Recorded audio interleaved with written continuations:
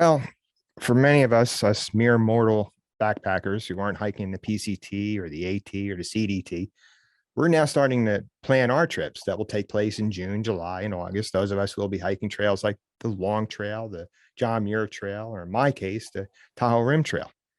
This is the time when we're starting to do our planning, getting our gear together, making sure we have our 10 essentials, our gear is working properly. We have our rescue beacons and all the other things we need to do to keep ourselves safe. But sometimes something we overlook in that process of staying safe is our food. Because yes, having the right food will keep us safe.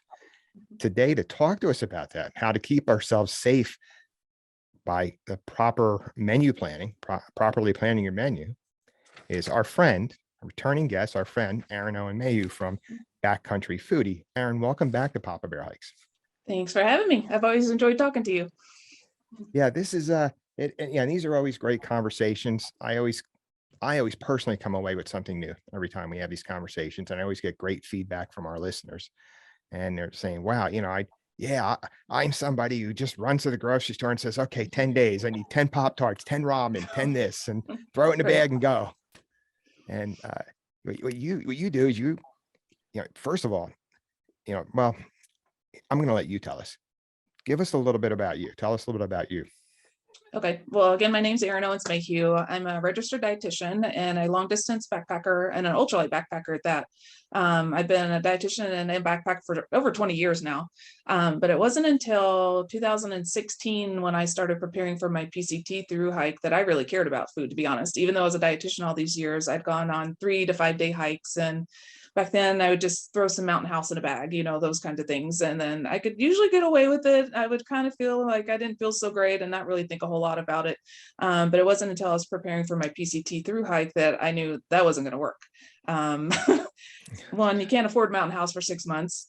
2, it doesn't taste very good for 6 months. And being the dietitian, I got really nerdy and looked at all the nutrition values and that kind of thing for me and knew it wasn't going to work for me. So I started really diving into the nutrition and meal planning. And I was a long distance trail runner at the time too. So I knew food was going to be super important for me. I was pretty lean, so I didn't have the 30 to 40 pounds that a lot of, I won't say a lot, but some hikers are able to lose. They actually use it as a weight loss plan kind of thing. I didn't have that kind of weight to lose. So I really started panicking.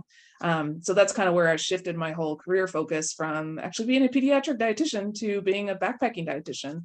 And that's what I do now full time. So I help hikers meal plan based on my own long distance trips that I've done. I've done part of the PCT, AT, I've done the whole Oregon coast, the Colorado Trail, and now the Condor Trail. So I've trail tested all of this on myself. So now I take what I've learned and I teach other hikers how to meal plan now so they don't make the similar mistakes that I've made in the past. Aaron, you've been featured in the Trek, most recently Backpacker Magazine, and you get a lot of respect throughout the community. Yeah. And I think that's because you're not just a dietitian, you're a backpacker. Yep. I'm like out there all of doing us, it. you've made your mistakes and you've taken your training, you're in your profession, take and put the two together and learn from them. Yeah, I'm my own guinea pig, I guess you could say. And there have been a lot of disasters, let me tell you that. So before I make any recommendations or make recipes for anybody else, it all gets tried on myself first, just to make sure that it does work, because there have definitely been some disasters. Well, that alone should make going to backcountryfoodie.com worth the price or worth the visit, because we're learning from your mistakes.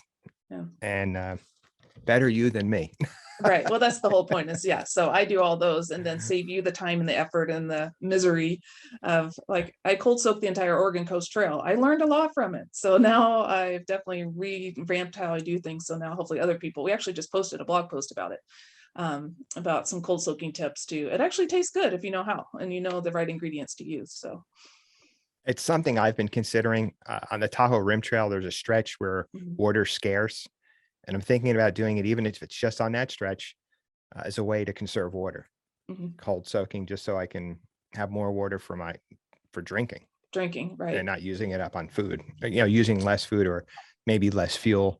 I don't know. I'm kind of toying with using it. And I like cold food anyway. I'm somebody that can eat leftovers right out of the refrigerator. So it wouldn't be a problem for me. Right. Aaron, the second thing people should do, first thing they need to do is to go to backcountryfoodie.com. I'm going to say, all right. But after that, what do us mere mortal backpackers need to do who are doing our 2 and 3 week backpacking trips when it comes to our safety in terms of food? Do your homework and plan. There's so much more to it than just throwing, like I said, early on in my early days, I just threw food in the bag like a lot of people did. And then I would always wonder, why am I tired? Why am I hitting the wall? Why am I sore? You know, those kinds of things. And I just, being a newbie back then, I just attributed to backpacking just hurts. You're just tired, you know, you just don't recover. That's just part of backpacking, when that's not, doesn't have to be the case at all. Once I really started diving into paying attention to the nutrition and making sure I fuel every 60 to 90 minutes, make sure I'm eating carbs, like really good carbs, making sure I'm eating some protein before going to bed. I'm now 45, but it takes a little extra effort to, you know, recover than it used to when I was 20. Oh Like, yeah. so I really have to think of things differently now. And like an experience kind of trail testing, like I was talking about, is having a plan when you lose your appetite. So I'm not sure on the Tahoe Rim Trail how high that's really is, but when I was on the Colorado Trail, I lost my appetite for 200 miles. So I had a plan in place to where I was able to drink my nutrition. I didn't lose a single pound. I never hit the wall, those kind of things. So just having those kind of backup plans in place so that when you get into those situations that you're not in a dangerous situation. Actually, I'd read an article about someone that was on the Colorado Trail and got stranded for a couple days. And had he have not packed a lot of extra food and those kind of things, he could have really been in a bad situation. So it's taking the time, and then too is taking the time initially, and then you just repeat it over and over for other trips. So you don't necessarily have to redo everything from trip to trip kind of thing. So Yeah. In a previous interview, you and I have talked about the quality of food you mhm. pack and how important that is, right? It's not uncommon that when you're out on the AT, I've section hiked various parts of the AT and you see these people living on ramen bombs and Yep. Pop Tarts and Snicker bars, right? You can do And that for so long. right. But by the time you get to Vermont or New Hampshire, it might start to catch up with you a little bit. Right.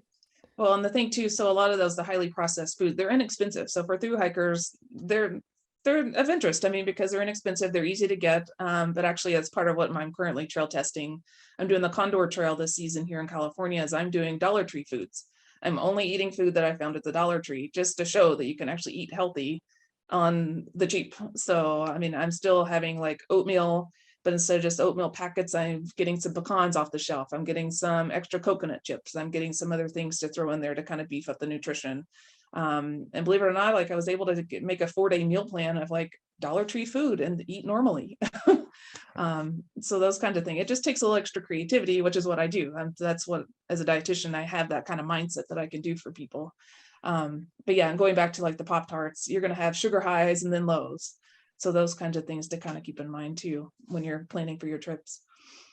Yeah. And on your website, it seems like you're constantly looking for ways to enhance people's experience when it comes to their food choices. You know, as a Mhm. dietitian, it's embedded in you. I'm sure it's your training. And when you talk about stopping at the dollar stores, experimenting with dollar store menus and teaching people how you can eat healthier food from the dollar stores, that's where people are getting their food from. I mean, the dollar stores are in every community now, right? Right, And I right. just think that that is so cool that you're offering that now. You know, people can figure out, okay, I can eat healthy food. If that is, if you're not on a, some people are on specialized diets, they may struggle Right. with that. And we could talk about that in a little bit. But yeah, being able to resupply on the fly, so to Yep. speak, and just going, that's so important. When I've really transitioned over the years too, from being more focused on as light as possible as where I was originally when I was doing the PCT, is as light as possible. But that required a lot of kind of really obscure ingredients that you only use once and you never really use again. As over the years, I've transitioned to, not everybody has Amazon to be able to come to they live rurally, so they can't order those kinds of things. They don't go on a 6-month trip, so you don't need a 1-pound bag of cheddar cheese powder, you know? Mhm. So I've really transitioned to recipes that you just go to the grocery store and buy things off the shelf. And it's just having that extra knowledge of how to put together ingredients that you would normally use at home in a way that would actually fuel your body. And that's kind of my meal planning theory too, or philosophy, I guess you could say too, is I really believe in eating like normal food when I'm backpacking, is taking what I normally eat at home and just transitioning it to a dry form and then eating that backpacking, because that's what my body's already used to eating. I'm already used to those kinds of carbs. I'm already used to that kind of protein. And that's actually what a lot of my recipes are based on, is my home recipes that I've just dried. One of my favorites is our Thanksgiving sweet potato mash that my grandmother made. And it's my favorite thing. It's the only thing I make every single Thanksgiving, but I've turned it into a backpacking food. So it's those kind of things that are kind of special to me too, that I've made into recipes for people. Do you dehydrate? I'm guessing you dehydrate these mashed potatoes and then you just reconstitute them out on the Right. So trail. that's one of the few, I don't use a whole lot of dehydrated. We lived in a sprinter van for 2.5 years, so I didn't have a dehydrator. So it wasn't, so that one actually came before the van life experience, which is a whole nother story. But yeah, that particular one, it's I think it's pineapples and pecans and brown sugar and sweet potatoes. I mean, it's super simple. I just put it all in a puree, it's spread it on a dehydrator tray and you're done. Add hot water and there you go.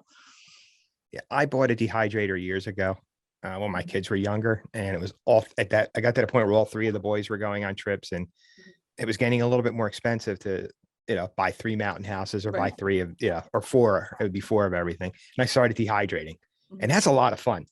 Right? You start, like I said, you start experimenting. Right? Right. You like the sweet potatoes. So let me see how this comes out if I dehydrate it. Right. There have been some bad mistakes there too. So Yeah. not Oh, yeah, everything comes back to life. that. So Right. yeah. Yeah. There's definitely been a lot of stomach aches during recipe development. Because I've gotten pretty good now. I can usually nail it within the first 1 or 2 tries. But when I first started, it would take 5 or 6 tries. And that's a lot of tasting all day long. So Yeah, I tell people, these dehydrators, they're not that expensive. If you're doing a lot of backpacking, you should get one and just start yeah. experimenting with it, or looking at the recipes that you offer. There's so many recipes out there to dehydrate with. Or Right. I know a lot of people just, and I've done it, take leftovers out of the fridge and say, "Hey, let me throw them on the tray and see how they come out." Right. And I'm very frugal, which kind of comes along with that whole dollar store kind of thing. As I hate seeing food go to waste. And that's one of my new practices too, since we now live in a house and have electricity, is I clean out the refrigerator every Sunday. So whatever food I'm going to throw away, actually I dry it. So now that's fruits and veggies that I don't have to buy dehydrated, that they're just things that we weren't able to finish off during the week. And I just save those and use those for backpacking ingredients now. Yeah, that's the other side of it. I just did that with some fruit that was in the freezer Wendy had bought. And I said, this has been sitting here for a while. Mind if I just take it and dehydrate it? I can use it on my Yeah. day hikes. Yeah, exactly. Yeah. It wasn't thrown out. I got to use it. Yep. Yeah. Dietary needs. People have certain diets for medical reasons, or maybe they're vegan or they're vegetarian.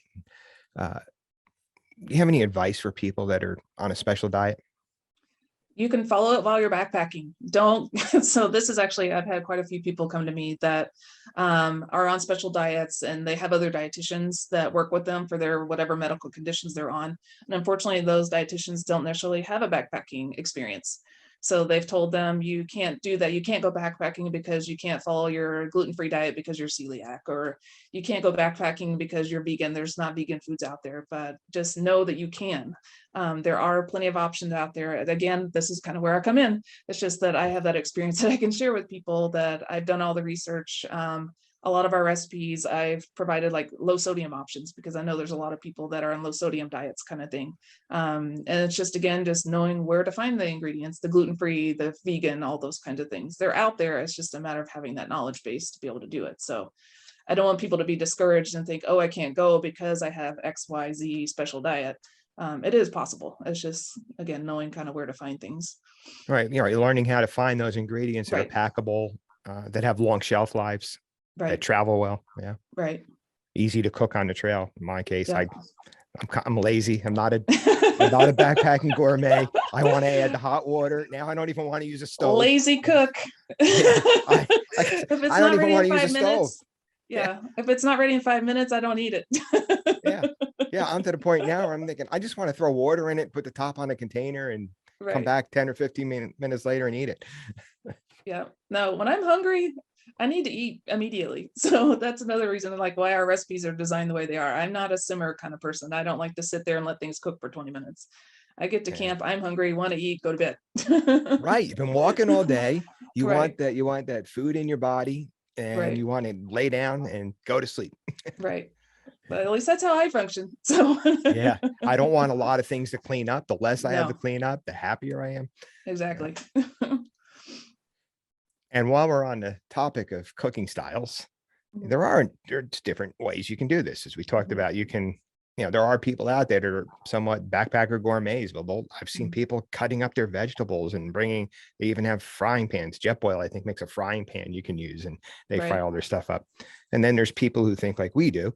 I want the quick and easy. I want my food, the food, I'm not out here to get a 5-star meal. I'm out here to put food in me so I can be ready to hike tomorrow. Mhm. Talk a little bit about the different styles. Yeah, so there are quite a few. Like you said, the simmering and the sautéing and those kinds of things are. I know a lot of people will do it. If you're going on an overnight, I mean, you can kind of have a gourmet meal thing, but for longer distance hikers like that, that's just not as reasonable. So there's the freezer bag cooking is where you just add the hot water to, or even cold water, to a bag and a Ziploc baggy kind of thing and just let it sit. So that's a super easy way to cook. Then there's the cold soaking we kind of talked about, is where you just add cold water into a container, let it sit for, depending on the ingredients. This is why we wrote that blog post recently. Is it's very tricky. Some things take 10 minutes, some things take 2 hours. So you really have to think during your day is what's for lunch? How soon do I need to add the water to it after breakfast to make sure it's ready at lunchtime? Otherwise, you could have a really crunchy lunch. It may not be ready for you. So and then some ingredients just don't come back to life with cold water. So that's where a lot of experimentation is coming, is that knowing which ones will come back to life, which ones don't, like how long does it take.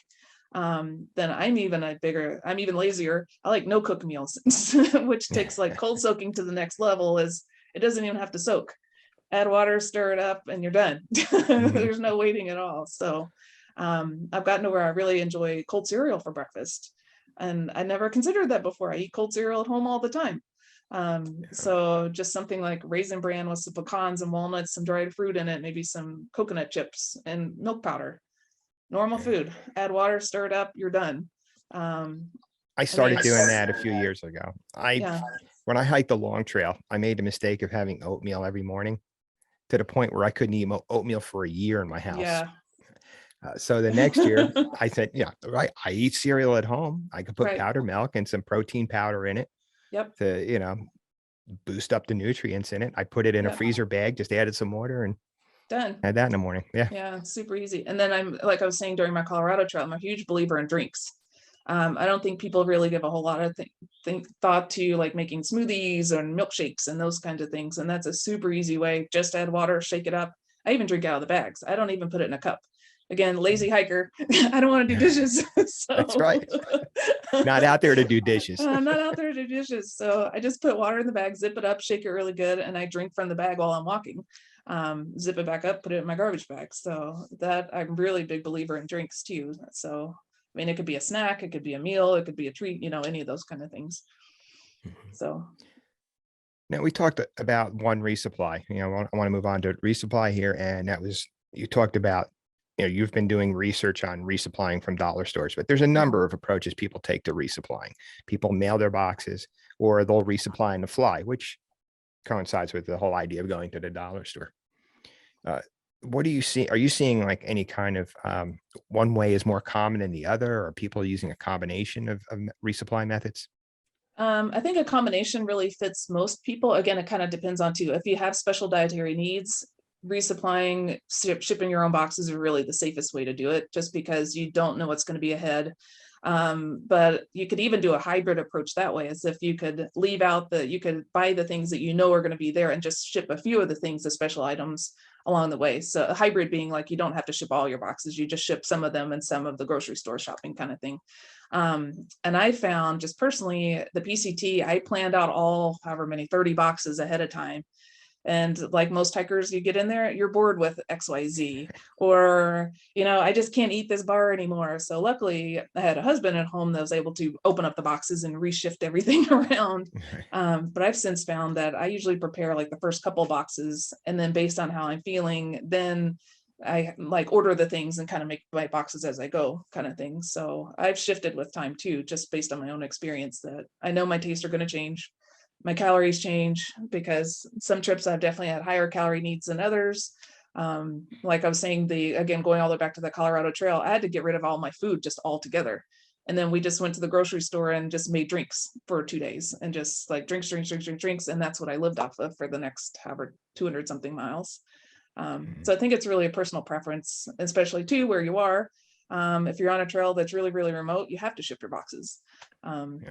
Versus like being on the AT where there's things that are more easily accessible, then you don't necessarily have to ship them all kind of thing. So Yeah, something I've started doing is I'll have my boxes addressed but open with the basic things I know I'm going to need shipped ahead. This year I'm going to probably move more to a combination type of thing, but I like to be able to say, okay, I'll call home and ask my wife, can you throw some extra band-aids in there? I need a little bit more moleskin. So I'll have, I'll put things in a pile on the dining room table so I can let her know I need a little bit more naproxen, throw that in a baggie and stick it in there for me. and I've And gotten to people who where, who go take ahead. medications, that's really important as well. Right. And I've gotten to where I don't even address the boxes because I found that I don't necessarily hit that spot, that I may not even get to that post office. So I just leave all that. Again, my husband's thank goodness is wonderful and does all this for me. I know I'm pretty fortunate that not everybody has somebody at home to do that. But I just leave all the addresses and leave just the boxes empty because he was having to scribble out all the addresses that I'd done. I spent all this time putting stickers on them, doing all this. And then I never even got to that post office. So that kind of thing, I've just really scaled back from as being as organized as I was when I first started the whole long distance hiking. Yeah, I'm kind of going in that direction myself. I had an incident in 2019 in Massachusetts. Of course, my resupply box is going. I'm heading into town to get my resupply box on a Saturday, right? Saturday and Sunday are the days you don't want to be heading into Worst town to days pick up to, your Saturday is when I have to get in Yeah. there, and the post office closes at 12. So I'm Right. not enjoying the trail. I'm just booking it. I'm just Right. I've got to get to that post office. I don't want to spend an extra night. I was moving at a pace. I didn't need to take a zero. I just said I've got to get there before 12 and get my stuff. Right. Yeah. And it's tough. You have to plan around that. Otherwise you're there until Monday morning because they're not open on Sunday. So yeah, it's tough. Resupply is not easy. It's definitely takes a lot of coordination. Yeah. And that's why I think I'm this year on the Tahoe Rim Trail, the way I'm looking at it, I might do one box and like at the midway point. And the way it's planned out, there's a supermarket that they say is just almost right off the trail. And then there's another area where we might just have to pick up a few things to get us to the next place. So yeah, I'm probably going to take an approach where we're going to kind of bridge between the resupply when we start and our resupply just by going into the supermarket. Right. So Aaron, people who go to Backcountry Foodie, what can they be expecting? What can they get from that? So like I was talking about all the recipes that I've made over the years, we're just now over 200. So, and I actually just got off the phone with one of our customers and they're saying it's so overwhelming. There's so much to choose from. I've been on it. Yeah, they're like, I don't even know where to start. But luckily we have it to where it's easily to filter. So we have over 200 recipes, but you can filter them by breakfast, lunch, and dinner. You can filter them by cook style, like you're saying, cook, no cook, a cold soak. And then because again, being the dietitian that I am, I've done I think a really good job of catering to all those special diet needs. So you can filter by gluten-free, dairy-free, nut-free, like low sodium, low sugar, all those kind of things. So it really takes and grocery friendly too. And actually I just started doing a lot of thru-hiker ones. So I'm specifically doing ones that thru-hikers like 4 ingredients or less kind of thing, to where I know these are going to be easy to get, they're easy to make kind of thing. So even though you jump on, there's 200 recipes, you just go click, click, click, and it shrinks it down to now you have like 10 to choose from that are within your parameters that you're looking for. So that's kind of the recipe section. And then the meal planning tool is what I built out again, based on all my own experience in my Excel spreadsheets that I used to make myself. It's now an automated tool. So you don't have to do those spreadsheets. You don't have to do it by hand. It's just click, I want this for breakfast, I want this for lunch, I want this for dinner. We have commercial meals in there too, so you don't have to use all of our recipes. You can add in your own foods, that kind of thing. So as you're clicking and adding all those things, it adds up how much it weighs, which is really important to a lot of people. Keeping it under that 2 pounds ideally. It adds up your calories. If you're looking at protein, it adds up your carbs. Again, the sodium, if you need to keep your sodium in a certain way. It tells you how much water you need for the day, which can be really important. If, like you're saying, if you're in a section where there's not a lot of water, then you know ahead of time, I need to pack X ounces of water to get me through this day kind of thing. Or this meal plan requires way too much water, I need to change it up. I need to do something different. So it's all automated. It does all that for you. And then if you don't want to do any of that, I have all the samples that you just click on the samples that I've already pre-made and you just use the ones that I've already done, kind of thing. So that's how we simplify it even more. And then I have all my master classes too that I teach. So those are all on demand now. You can go in there and watch them whenever you want, as many times as you want, download the handouts. We've got some new bonus videos in there now too, so doing some things. So Yeah, it's your a big master site. There's classes a are lot going great. on. They're very What's good, the that? master classes. Oh, good. I've watched, yeah, I really have enjoyed them. I plan on using your site to plan my menu. It's going to be more work than I normally do because for this reason, there's so many recipes. I'm probably going to end up on a 12-day hike having 12 different things to eat, but that's going to be the Right. fun of it, is putting all that together. And that's again the thing. So once you build your menus, you can use them over and over again. So it's kind of some effort up front is what I try to tell people, is be prepared, sit down, put in the effort initially, and then you just use them over and over again. So where you're like, I didn't really like that oatmeal that time, so let me throw in some cereal this time, that kind of thing. So it's really easy swapping it in and out kind of thing. Mhm. Where can we find you, Aaron? The website is Backcountry Foodie, but you also have a YouTube channel. Yep. So YouTube channel is Backcountry Foodie, and Backcountry Foodie everywhere. So Backcountry on Instagram, Backcountry Foodie on Facebook, and Backcountry Foodie on YouTube. So yep, just Google Backcountry Foodie and you should find me. All right, Aaron, I want to thank you again for coming on here and sharing your expertise with us. I think this is an overlooked part of backpacking. And I think it's great that you're doing this. And I think bringing more attention to how important it is that we put the time into developing a quality menu. Well, and like I was talking to you previously before we got on the call, is that just I've had so many customers even coming to me saying, now that I've taken the time, I feel so much better. I was like, I know, it's food. It's not magic. Right. It's just putting the right amount of food in your body and you will feel so much better. Like I said, going all the way back to the beginning when I just accepted backpacking as being painful. It's like, it doesn't have to be painful. You don't have to be cranky. You don't have to be hungry. Right. It's just a matter of feeding your body what it needs. And then the experience is that much better than it would be if you didn't actually put a little effort into it.